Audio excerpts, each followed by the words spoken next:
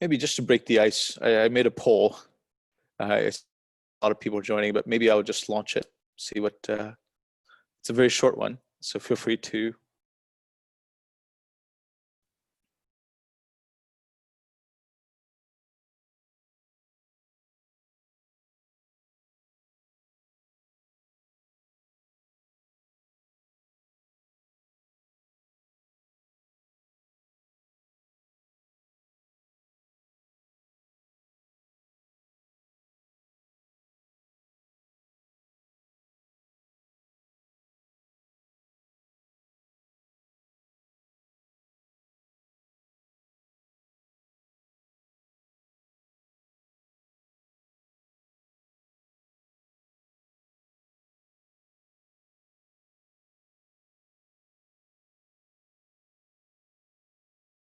Okay, so the vast majority of the audience have not used the no-code solutions before or are considering. Are you guys okay to get started? Yeah, Definitely. absolutely. Yep. Absolutely. Awesome. So with the permission of the audience as well, I'll go ahead and kind of get started. My name is Nirjor. I think most of you in the room so far know me, but we kind of intentionally decided to kind of make this webinar a bit more open than the ones we usually do, which are members only. So I'll go ahead and introduce myself and the network a little bit with your permission. So Bangladesh Angels, who are we? We're the first and largest angel investment network in the country in Bangladesh. We've got 95 plus members around the world, including Empasco, who is one of our kind of institutional partners based out of the UK. So far, we've invested in 6 companies with an aggregate value of a little more than $500,000, with the first investment happening last summer. The latest investment, the check I think went out this past Sunday or this Sunday, so which is great. A few kind of overview of our portfolio. So Jantrik on the left side, it's an automotive marketplace connecting consumers in Bangladesh with certified repair shops. Eshwashiki in the middle, it's an education and learning app. I'm sure they could have really benefited from no code at the beginning. That's a lesson we learned. Dr. Koi on the right side, it's an e-prescription service and portal, as well as increasingly telemedicine portal for doctors and patients in Bangladesh. Frontier Nutrition, it's a very, they do fortified snacks that they distribute through various kind of channels within Bangladesh. Cludio is one of the first multi-brand cloud kitchens in Bangladesh. And we'll talk about that a little bit, maybe as an example of why waiting before you invest in tech is important. And then Netex is the latest investment. So they're trying to be a workflow management solution for buyers of garments as well as suppliers of garments in Bangladesh, but then they interface a lot with international clients. We do these sessions pretty much every Saturday or Sunday. So we've got a few upcoming webinars and such, but they're kind of members only. So please get in touch with us if you're interested. So for example, we've been doing a lot of sessions. One happened last night where we do these investor clinics between our panels of members and these companies, particularly in the healthcare space that we're kind of incubating at the moment. We'll be doing a kind of a longer session on angel investments and our lessons distilled over about 18 months of work sometime later in the next 1 or 2 weeks. And then another one's happening is a case study on UberWorks with one of our kind of partners in the US. So I'll go ahead and kind of get started and introduce our kind of 2 guests. So Art Safarian is the founder and director at Empasco, a technology advocacy nonprofit operating in Africa, Southeast Asia, and Eastern Europe, working with international organizations and governments on advancing technology innovation in emerging markets like Bangladesh. Art's background in technology spans across product design and community development, having previously design studio and work with numerous startups in the UK. Wahid Rahman is the Director of Technology and Investments at Empasco, leading the organization's efforts in frontier markets. Wahid's background is in consulting, where he's advised clients in government, big pharma, and energy sectors on technology and data in the UK, Southeast Asia, and the US. He shares a special interest in technology, philosophy, and institution building. Thank you so much to both of you for being with us. All right, thanks for organizing. Absolutely. So Thank you, Nirjor. Yeah. You're muted. just want to mute. Yeah. I'll go ahead and stop sharing, and I'll give the floor to Art. So Okay. I think it could be a good idea for us to start with just a short presentation of Empasco and what we are. Wahid, if you want to take over from here, and then I'll jump into Absolutely. the presentation. Absolutely. Thanks a lot, Archer. So we started Empasco a couple of years ago. We position ourselves as a nonprofit. So we work in technology advocacy mainly in two different buckets we operate in. So the first bucket is we work with scientists and innovators and founders across frontier markets, including Russia, Africa, and now recently Bangladesh as well, in helping them basically productize their innovations that they have. So mostly the kind of startups we work with are seed, pre-seed, sort of even some pre-product as well, basically helping them with their product market fit, with their product strategy, biz dev, as well as prepping them for the next round of funding, so very selective ones. Our focus is specifically on deep science, but we're looking at ways, at different ways we can, depending on the market itself, really. The other bucket we kind of operate in is with the advocacy side of things, really. We work with NGOs and nonprofits across the world. Just kind of recently, a couple of years ago, we were invited at the European Commission in Brussels to present a paper on the challenges that startups have in frontier markets. And as well as after that, we presented at the UN headquarters in Geneva about data transparency that nonprofits have and how that interplays with startups, really. So a bunch of technology advocacy work to develop ecosystems, as well as working on the ground with startups themselves, in their day-to-day, very selective deep science ones, but we're kind of expanding that depending on the market. So that's in a nutshell what we do. I think looking forward to today's kind of workshop, we've been kind of operating across the different continents, and we have some thoughts, and these are some of the preliminary thoughts. So Archer, over to you. Perfect. Thank you, Wahid. Let me quickly share the screen with you guys just to double check. Can everyone see the slides?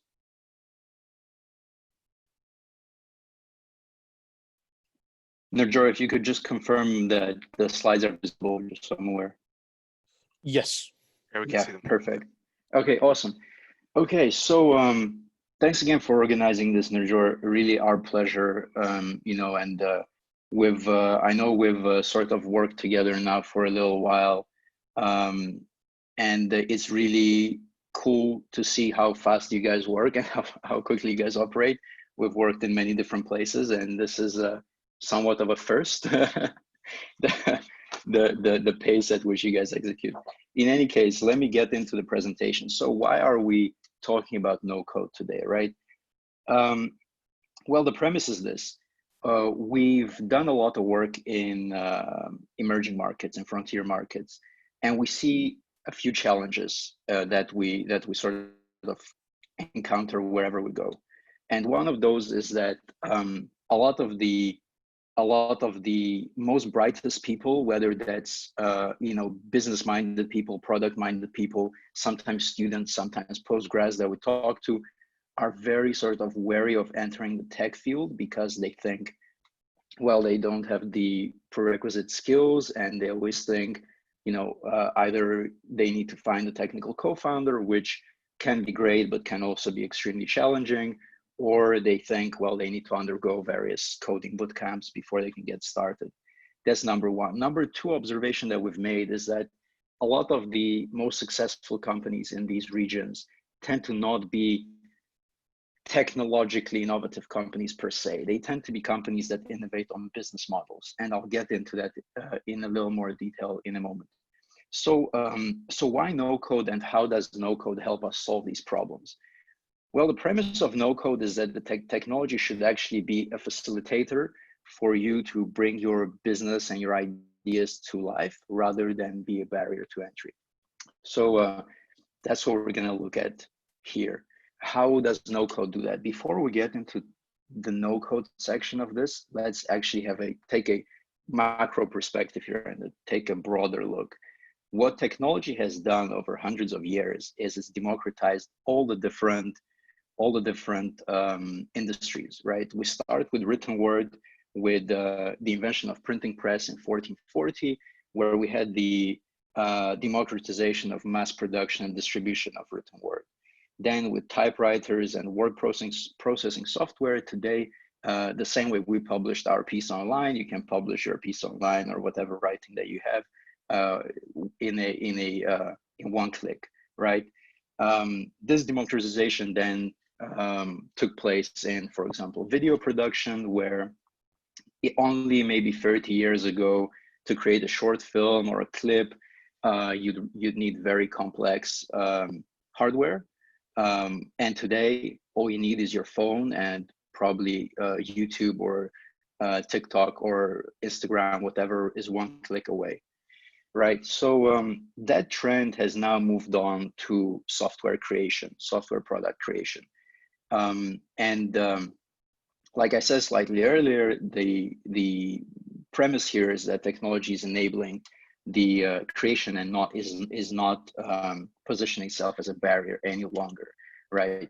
One of the very famous examples of this is a US VC, Fred Wilson, which I'm sure some of you will be familiar with, who sort of stated that if we look at any of the biggest technology success stories, say Amazon, Uber, Airbnb, Netflix, and many of the others, these are all examples of business model innovation with some technical innovation around the edges. Well, what does that mean? That means fundamentally what Netflix did was offer us a new way to find entertainment and to watch movies. What Uber did was offer us a completely new way to interact with our transportation. Similarly with Airbnb and Amazon, all these things, they offer great technology, but the technology in itself is not what their core value proposition is, right? So we take these concepts and we apply them to new contexts, right? And no code allows you to do that in a fairly simple manner. Well, no code, what is no code, right? What is no code and how does it look like? A lot of you would be familiar with probably things like Shopify or Wix or Squarespace. These tools have been around for well over a decade now. They were fairly limited and they allowed you to create websites, but they also allowed you probably to sort of dip your toes in the e-commerce space a little bit as well. Now, today, this is what no-code tools look like. They look a lot more professional. They are a lot more advanced. The two tools we're looking here are Bubble on the left and Webflow on the right. So what Bubble allows you to do is create web applications. Okay, it allows you to create your databases, your workflows, and it's a kind of an all-in-one solution, and we'll look slightly deeper into it in a moment. What Webflow allows you to do is build incredibly beautiful websites online without just being limited to sort of templates and giving you complete freedom. There is practically no website that you could create with the code that you wouldn't be able to create with Webflow. So let's get into some of the business models, right, where this could be applicable. Well, one of the business models is the subscription business model. Subscription business model is very popular in software. We know it as SaaS, right? Software as a service. And it's very popular amongst creators who sell their services or sell their knowledge products, sell various videos, etc. So here we look kind of, we hoped to offer you guys some examples of what software stack, what tech stack you could use here. Well, one is of course Bubble. Bubble is an all-in-one solution. Here on the right, we can see this is the website for Get Marlow. Marlow is a online coaching solution. It's essentially a SaaS product. And you can see here, I just ran a quick test on Webalizer with Marlow, and we can see that essentially the whole thing is built on Bubble, okay, which is really cool. It's essentially a success story of how you can get started and then scale from there. Likewise, you could start out with Webflow, and then you could introduce your databases or your user accounts with MemberStack. We're not going to look at too many different types of tools here, right? Because of course we're limited for time. But if anyone has any questions or you guys want to find out more, please refer to the PDF that we've provided. He has a long list of all the different tools attached at the sort of towards the bottom of the PDF. So another model here is the platform marketplace model. So with marketplaces, we've seen probably the most value created in tech over the last, let's say, 2 decades, probably from unbundling of Craigslist. So Craigslist, for those of you who are not familiar, was essentially the marketplace of all marketplaces. It was an all-in-one place where you could find, you know, practically any category of service or product that you're looking for to buy or sell. And we can see here how a lot of those other services then became Airbnb, they became Lyft, and they became all these other successful startups. Today, our assumption is that in the niches of Lyft, Airbnb, and Alibaba, and many of these other giants that came out of the unbundling of Craigslist, likewise, we're able to find a lot of value. So that is sort of the thesis of unbundling of Airbnb, unbundling of Alibaba, etc. How would you go about creating one of those potential niche platforms? Well, we would recommend using something like either Bubble or actually more specifically in this case, ShareTribe.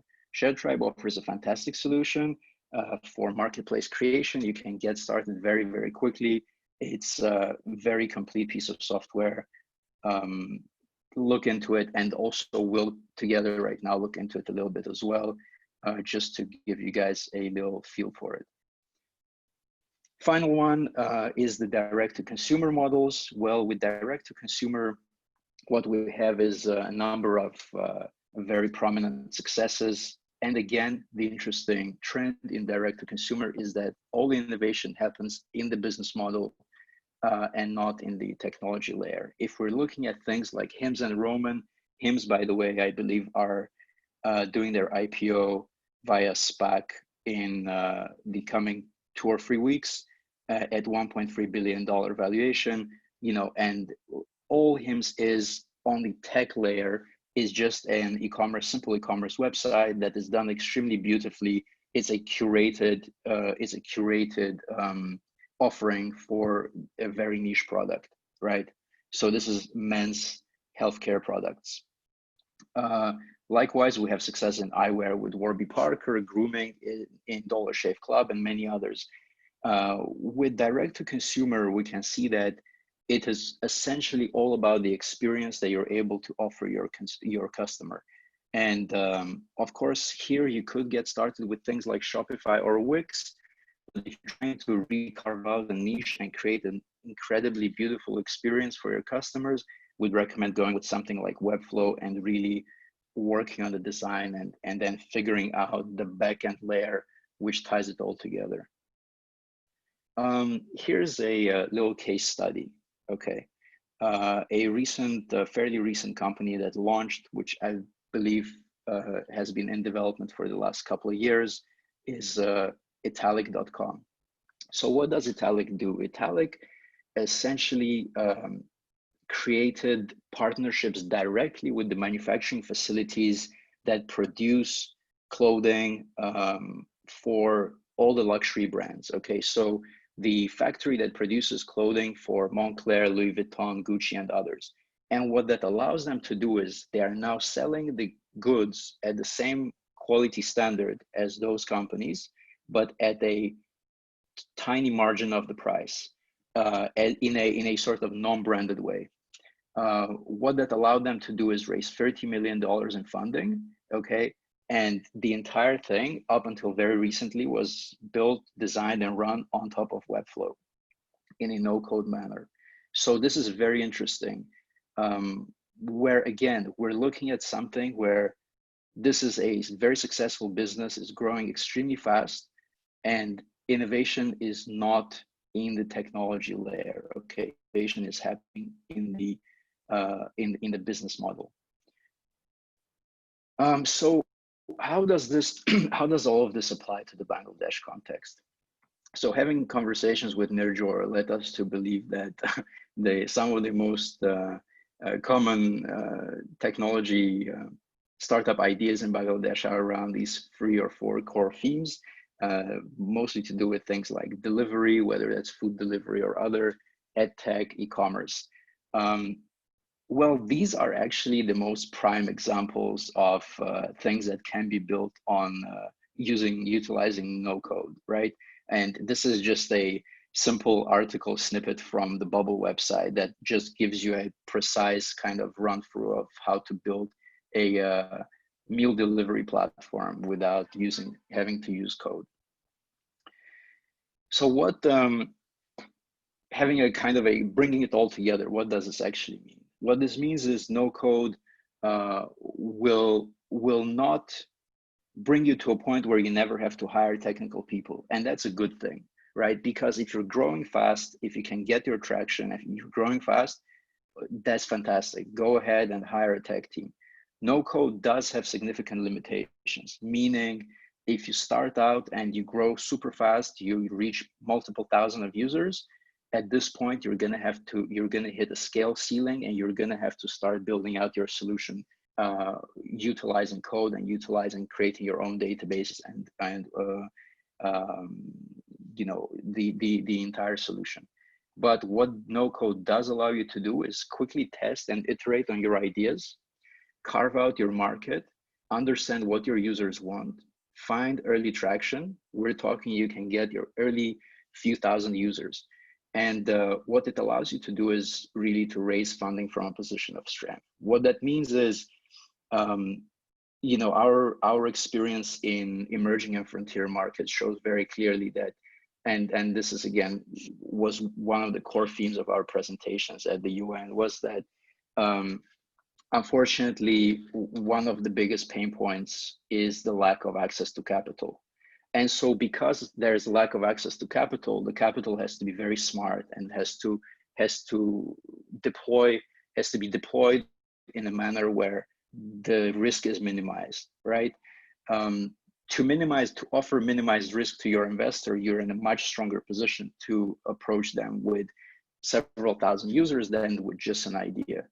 And for the investors on our call, I'm sure if 2 startups approach you and both are fantastic, but one has 3,000 users and the other has none, I think the choice is essentially a no-brainer. So that's sort of it on our part.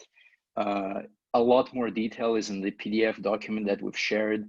If you guys have any questions, feel free to ask now on the call, or feel free to reach out to us either directly via email, any other form through Nirjor. We're happy to support and answer anything you have. All right, thank you guys.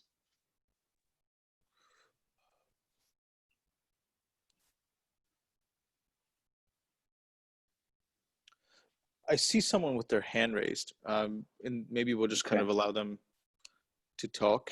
Go ahead. I mean, hi. Hello, guys. Hi, how are you? Hi. Very well, thank you. Great. Thank you very much for your presentation. Great. It's very informative. First of all, I want to highlight I'm in Cairo, Egypt. I don't know if this is within your coverage area. The second thing is, what about apps? So we're trying to build an MVP that is for well-being, and it's very similar to a chatbot. So I'm trying to look at SaaS or PaaS services for apps. Yeah, I would recommend you take a quick look at DraftBit. Nirjor, the CEO of DraftBit was on the call with us, right? Not too long ago. That's right. Yeah. DraftBit it looks to be an awesome solution. It's very new though, so they're still working on tweaking a lot of things, and that would be recommendation number 1. Recommendation number 2 would probably be if you really have to you know, approach it from that angle, I would probably say consider starting with a web app before you know, trying to build out iOS or Android, just to gauge, kind of get an idea for traction. I hope that answers it. Perfect. Yes, absolutely. Awesome. I looked at DraftBit. It's the blue cubic logo. Yes. Awesome. Got it. Perfect. Thank you very much for your answer. Perfect. Thanks a lot. Feel free to ask your questions in the chat box if you'd like. I guess maybe I'll use a couple of examples, right? Not necessarily of no code, but where no code would have helped. So one company, as you've kind of seen at the beginning, so we invested in this company called Eshoshiki. So the origins of it was, and I think this is true for a lot of founders in Bangladesh, is that they're not necessarily technical people, but they are subject matter experts, right? And then they need to add those technical capabilities over time as they look to build out their business. And so there were a couple of, they had set up these chain of tutoring centers around the country. And then back in 2016, there was a lot of political unrest in Bangladesh. And so they couldn't go to their actual sites. And so then they kind of pivoted to this kind of mail, they would start kind of videotaping content, and then they would just send it out by mail. Their students, but then they realized that wasn't really the most efficient model either. But then that was the first iteration of the business, and they had run out of money. And so by the time we came along, right, the company was effectively kind of dormant because they had no more money. They had promises about working with. They had struck an agreement with a software company in Bangladesh to develop an app for. But then they couldn't pay them, and so they were stuck, right? And so we came in and we were able to capitalize the business. They were able to get the app rolling. And two things I've noticed. One is the app is pretty much a standard kind of, more or less a cookie cutter solution that this company is giving to a lot of other players in the market. That's one. The second is the company is going through these growing pains of customers not being able to sign in properly, all of these challenges, both around the technology or the app solution, plus also the business model, right? Yeah. And they're doing that together. And so I would, I almost wish I had learned about no code when I had started this role, because I said to them, look, maybe you could start with a few thousand users, really optimize your service delivery, right? Around that MVP. And then, if we had to come in, I think we would have, solved the money. Maybe some of the money may have been better utilized, right? So that's one example of, I guess, where no code would help founders in Bangladesh. We're getting some more questions now too. So one from Zuhair.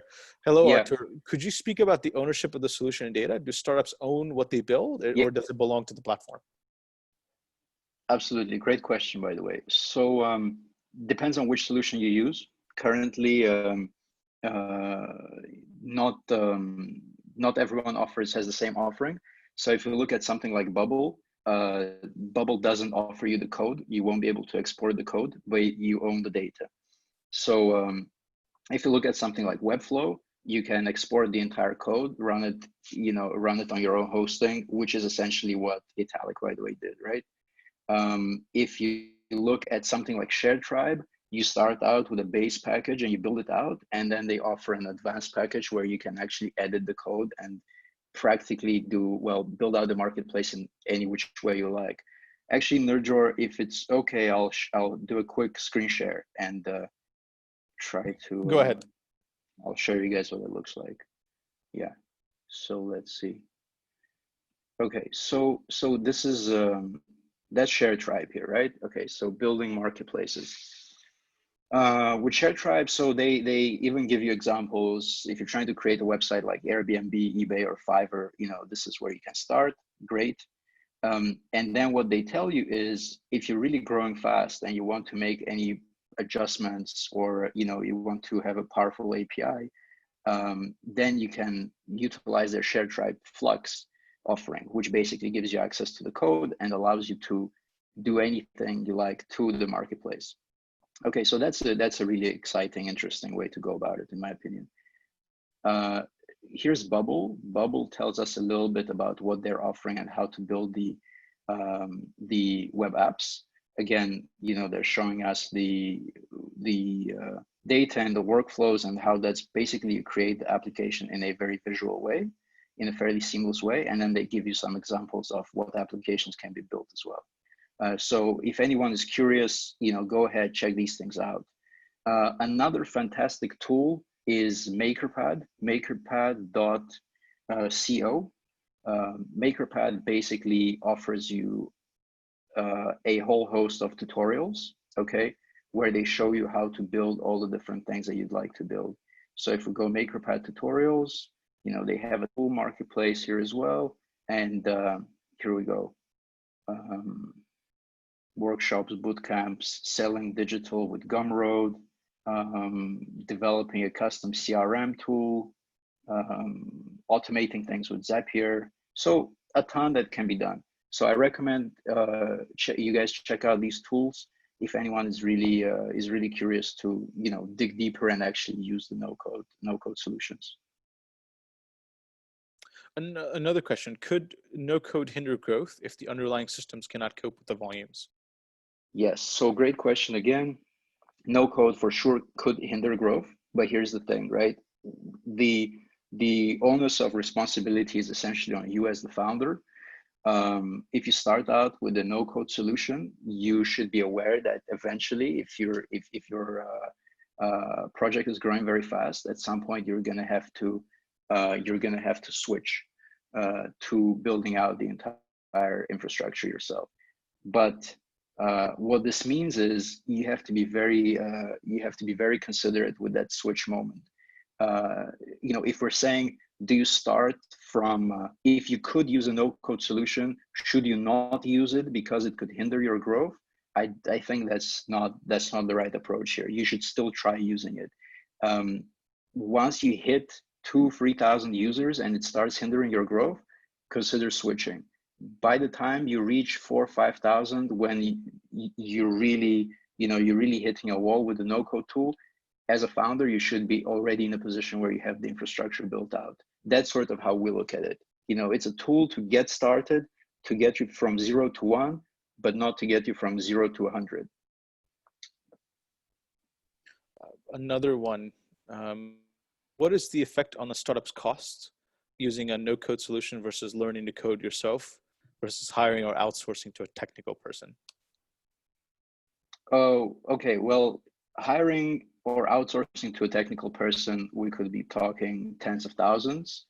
You know, well, again, you know, it depends. It could be anywhere from hundreds to hundreds of thousands, depending on how big of a team you're hiring, if you find the right people, etc. We've seen all kinds. What is the difference to the cost of the no-code solution or learning to code from scratch? Well, it's the opportunity cost, right? If you have your idea, and it's the way we look at ideas is that every idea belongs to a certain zeitgeist, so to a certain period of time. If you wanted to build out Uber, if you had the idea for Uber in 2009, but decided to learn to code and started building it in 2014, you'd probably be too late, right? By the time you pick up that skill. So it's the opportunity cost rather than the actual cost of product. As we know, you can learn to code by paying a lot of money for a bootcamp, but also you can learn to code for free. Well, no-code tools will cost you anywhere in the region from $10 to $30 a month, something along those lines. Another one, are there some no-code, what are the best kind of, maybe I'll just switch around that question a little bit. What are the best no-code solutions for digital marketing? No-code solutions for digital marketing. Yeah. Can you give me a little better idea of what you mean by digital marketing? The specific question was, can you tell us about some no-code digital marketing tools? Digital marketing. Digital marketing, I guess, would refer to you have a product and you're trying to market it, or are you trying to look for a tool?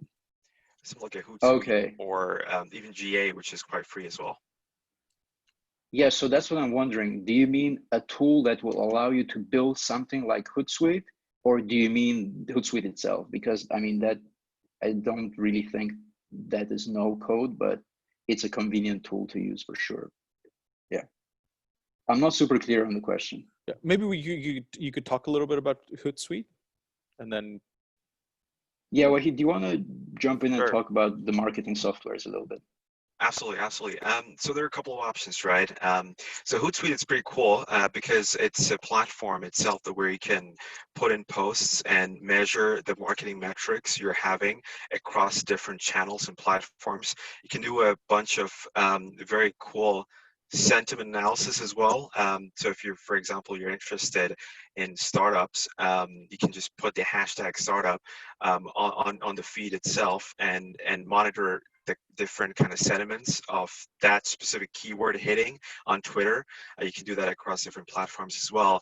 And yeah, you can obviously measure the different kind of metrics of your post. Once you post, you can schedule posts and a bunch of other stuff. I think a lot of people, companies, they do use Hootsuite, and it's pretty much like a subscription model as well. You get that. The other cool and free one as well is Google Analytics GA. So it's free. You just go ahead and put the HTML code on your website, and then yeah, you can see the different kinds of clicks through where are users dropping off. If you want to optimize that, actually. GCP, Google Cloud Platform, has a bunch of different kind of marketing tools. Most of them are kind of free as well, to a large extent.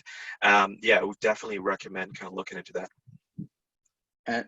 Let me just jump in quickly here. So I think I sort of came around to understanding what the question was. So if you use no-code tools, what digital marketing solutions can you use with it? So the answer here would be that a lot of these no-code tools have pre-embedded digital marketing solutions where you can get your analytics and you can, you know, schedule things, etc. So if you're looking at things like Shopify, if you're looking at things like Bubble and a number of others, Wix, Squarespace, all of these guys have pre-embedded digital marketing solutions. If you're looking at something like a pretty a bare bone thing like Webflow, you can use their marketing analytics solution, which is not super powerful, but you can also embed all kinds of different HTML code and get your Google Analytics embedded on there as well, and use that for your digital marketing. I hope that answered the question. Good. Well, let's move on. And if it was an anonymous user, but if they want to expand further, feel free to raise your hand. Yeah. Is the 3,000 to 5,000 user cap on no code a consistent limitation across the platforms, or are some more scalable than others? So there is no real limitation, right? You can actually go absolutely as far as you'd like. The real limitation only arises with 3,000 to 5,000 is a purely it's not a literal number. Okay, it's just something I think that's roughly where the line is.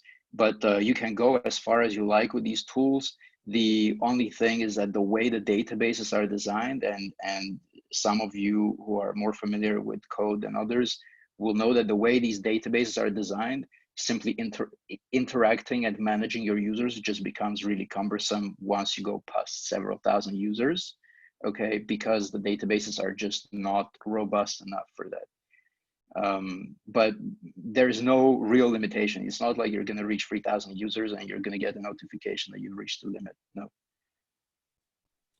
How technical does one need to be to do no-code website development? As a business person, can I do it, or do I need a qualified developer? You absolutely don't need a qualified developer. That's as simple as that answer. With various no-code tools, something like ShareTribe, you don't need to be a qualified developer whatsoever. But if you're trying to go beyond what ShareTribe offers and add some really specific things to your website, then you might want to inject your own HTML, CSS code to it. But unless you're trying to really go above and beyond, you won't need a technical person to get started. What about app security using a no-code solution? App security is generally not a problem. I mean, we're talking about solutions that host thousands of other projects, startups, products, right? These are fairly large players. So I don't think app security would be an issue as much as, you know, as much as app security is an issue on any other platform. In the end of the day, it's all software. How, if Google is safe or if Shopify is safe from app security standpoint, these things are safe. The next one might require a little bit of context. So Naushad, go ahead and speak. You're unmuted. Hello. Yeah. So can you guys hear me? Yes. Yes. Okay. So we at Lippy for Business, we are basically a SaaS ERP solution. So we have an ERP tool, and it's made for mid-sized businesses. So what we recently also, so as mid-sized businesses, they don't have a lot of staffing. Like they usually have one person who takes care of accounting, one person who does all the inventory strategies and so on. So we learned this as we approached them for Lippy for Business. So we realized we can also provide offshore accounting services. So we do the accounting for them, as they are just a one-man team. We provide them from our station. So, and it's extra helpful if we want to go abroad and especially to Eastern Europe or South America. And so those companies, they use Lippy, and we provide offshore accounting services from Bangladesh. So this, for now, if I want, as we're planning it, there is a flow. Like step one, we have to get them on board on Lippy. Step two is they actually have to start using the accounting module and input the data, the expenses, the product purchases, acquisitions, and so on. And then step three is we see that data, and then we provide them the accounting services. So on, and it loops on for every new customer acquisition whom we want to sell this value-added service. So can there be an easier way where I could remove maybe a one or two previous steps and get directly to the value-added services? Okay, so I'm not sure what the front end of Lippy actually looks like, but is it just a hard-coded sort of HTML, CSS website where you onboard users, or it's a web application? So okay. app.lippy.live, that's the website. You can a user can log in using their email and password and start. And it's an ERP solution, web-based, cloud-based ERP solution. And there's also a mobile app. And for Android, it's basically the web app packaged into a Cordova packaging. So okay. That's what. So I guess is this more of a UX issue for you guys? How do you help your users jump a few steps or like make the process faster? Because as I understand, so they'll create a user account, they'll give you the data, you analyze the data, you send it to them. Yes. Okay.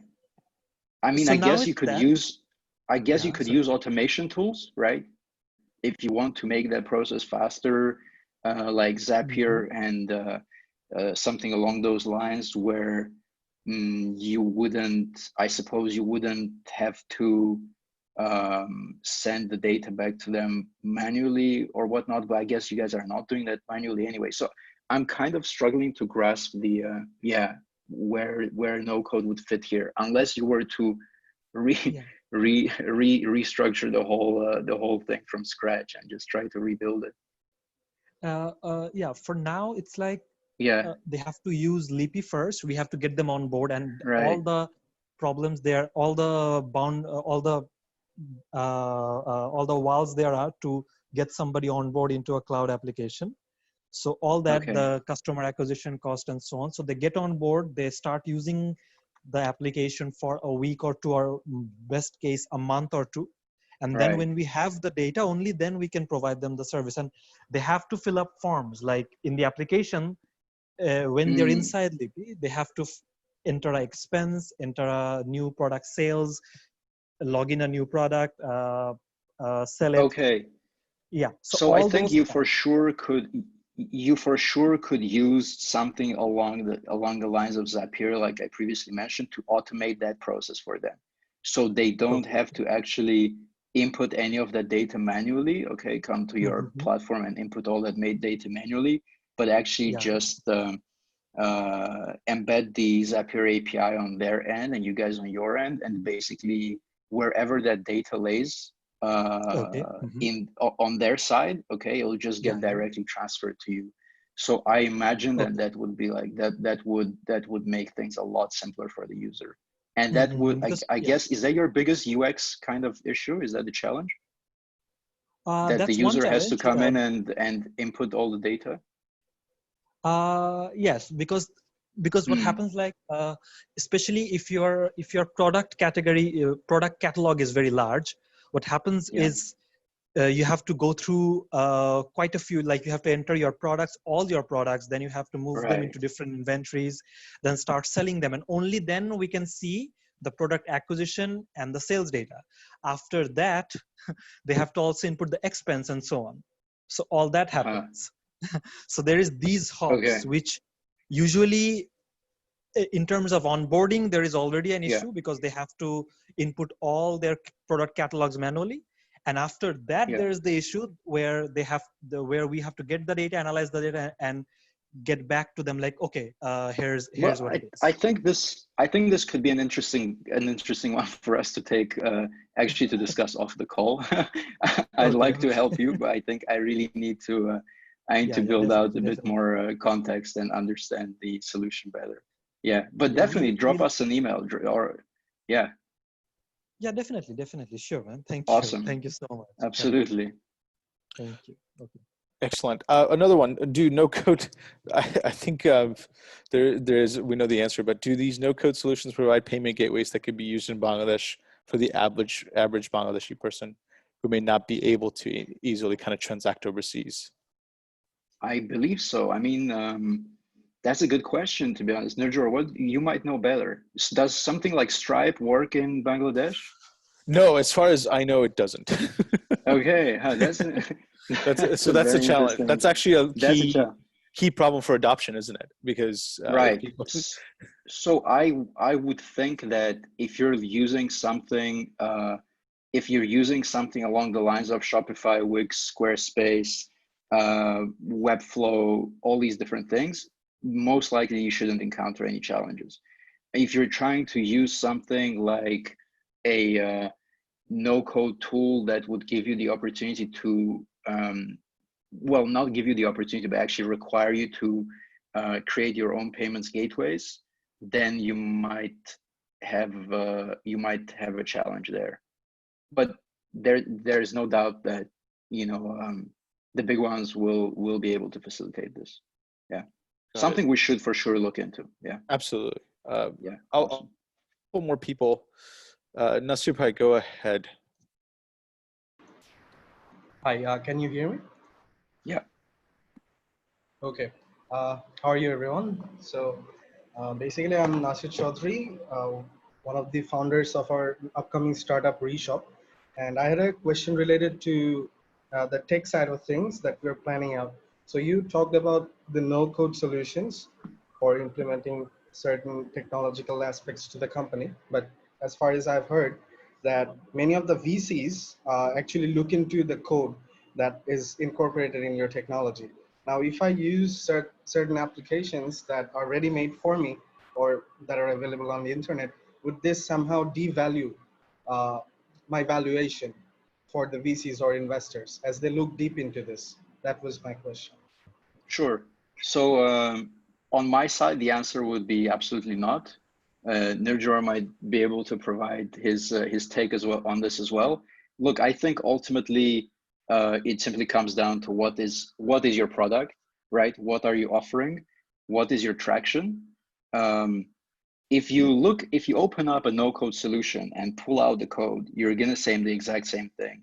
Payment gateways, user accounts, workflows, all the same stuff as if you sat down and built the whole thing with from scratch by yourself.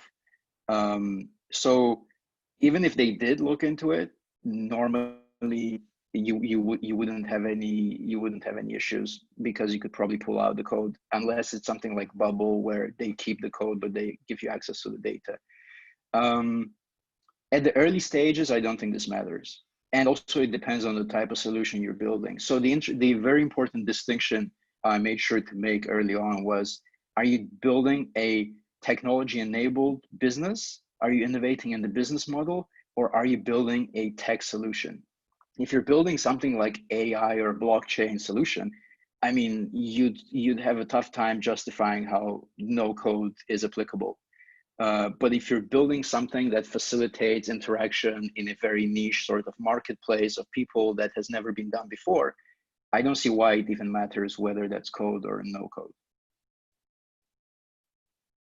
Ninja, what's your take? I think that's a really good one. Like, I think that's a really good distinction, right? And I think there's also a distinction between angel stage and VC stage, maybe, right? Whether or not you have control and access to your own tech stack versus, building something like no code. I think the whole kind of genesis of this conversation between Empasco and then art, and I know kind of some of my frustration sometimes because we get a lot of these pre-seed decks, stage decks. And we get a lot of requests for something between $150,000 to $250,000, and it's almost, and I'm maybe I'm simplifying too much, but it's almost like divided 30% in marketing, 30% in operations, and 30% in tech. And then if you ask, well, what's the marketing expense, or how are you going to Facebook, right? There's not enough thinking about how to build a funnel, the customer journey, all of those things, right? There's not enough market research done. Oftentimes the market research is a sample size of one, which is the founder or founders, right? So that's one. And then, and I think some of our colleagues would identify with that, having done these clinics. The second piece on the technology side, and I think this is definitely true about Bangladesh, maybe less so about much more developed ecosystems. A lot of founders are actually not technologists, right? They're not coders per se. In fact, because if you're a coder in Bangladesh, you've got several avenues, right? One, you could leave the country. That has been done. Two, you could just simply, work for one of the software development BPO firms in country. Or third is you could just really, nowadays you could be part of distributor teams working for, companies in other countries back home in Bangladesh, right? You could do that. So it's very hard to find this talent. And so I think I would say it's more, if you look at 100 founders, I would say the majority are more product or subject matter experts within a certain field, and they're trying to build a business around that. And I think for them, no code is really great because you could validate many of your assumptions early on. And then when you come to, potential platforms like Bangladesh Angels or any kind of angel investors in the early stages, and you could say, look, I haven't really done this yet. Why haven't you really built out your platform? Well, because I need, $50,000 to maybe hire a CTO, or I need to pay this software firm. A lot of those, solutions nowadays, I think can be, and this is my hypothesis, and this is why we're so keen to push no code solutions, is I do believe a lot of those solutions, at least in the early stages, can be done through no code, right? And you're in a much better position when you talk to potential investors to say, look, I've actually gotten this, we've gotten this many customers, this many are returning, this is, and it's more, you could sell a better story, I guess, around the momentum that you have, right? Don't let the lack of technology capabilities within your team be the limitation, I guess, right? And that's part of I think the advantages of no code, I would say, right? And happy to kind of talk offline as well. A couple of interesting case studies. So maybe I'll just kind of push both, and we have to end with that. So one is, it's a group of students. They're building an environmental assessment tool that's heavy on data, and that has a lot of data sets, underlying data sets. They have no technical backgrounds and are wondering which no-code environments could help them to translate very extensive data sets into simplified output. Any recommendations there? Yeah, so I just posted in the chat what I think could be useful. No code for data science. I think this could be an interesting one to look into. It's still a very niche space, to be honest. It's the data science stuff is definitely growing. There are some no code for AI tools coming about, no code for data science. This is one of the probably more advanced ones. Yeah. I think just to add to that as well, Google has its API on ML. So if you're doing text to speech, speech to text, or NLP, or just making sense of data from Excel sheets or whatever, you can just do that with the kind of Google API. So it's on GCP. It's free until I think 3,000 kind of hits per churning. So yeah, I'll definitely check that out as well. This one's another interesting one. The business is a water delivery service for household use. which users can order via mobile. What are some no-code solutions we might consider? Yeah, so I would say sounds like a perfect use case for something like Bubble, or I mean, even you could probably build this out on Webflow. This basically means I'm assuming you have like one product offering, and all you need is a beautiful kind of nice looking shop front, right? I also like that it's a very interesting, very niche thing. This actually sounds like a perfect use case for no code, right? Build out this niche solution using very cheap, simple tools. See if it takes off. If it does, then contact Nerjor. And I would look forward to it because my background was in the Yeah. water and sanitation sector. There Oh, we this go. is interesting. This is interesting. Is there any no-code platforms to test code bugs or shortcomings? Oof. I think the answer would have to be not that I know of. Not that I know of. There's a few companies in this space, right? Intelligent coding repair. Yeah, there are some things for sure, but off the top, I won't be able to say. I'm sure if you do a Google search, you should be able to find some stuff though. I wouldn't say they fall in the no code bucket, but definitely like a simplified code testing tool. Okay, great. Any other, we may kind of, we may otherwise kind of end it, but any other questions? We've got 2 to 3 minutes.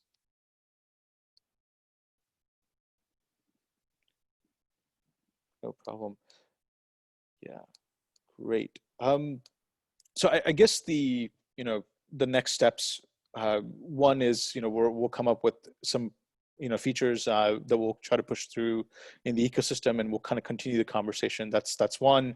And maybe in the future we could also kind of take some of these platforms a little bit more granularly, and maybe even apply case studies as well. And that's something we've really struggled, as you know, where we just haven't had enough case studies from Bangladesh or within Bangladesh of no code. But it would be great to really jumpstart that. I think that would be really interesting because there's so many people, whether it's in the room here or outside or within our inbox, who have incredible ideas around business models in Bangladesh, and they believe that one of their limiting factors is they don't have the place right now to build technical solutions around that, right?